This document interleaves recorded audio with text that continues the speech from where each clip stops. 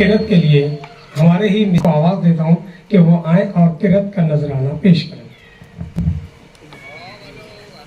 अऊज़ु बिल्लाहि मिनश शैतानिर रजीम।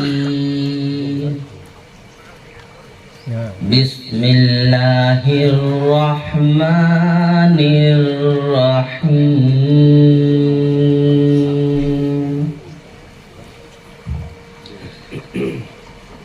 वद्दुहा वल्लैलि इज़ा सजा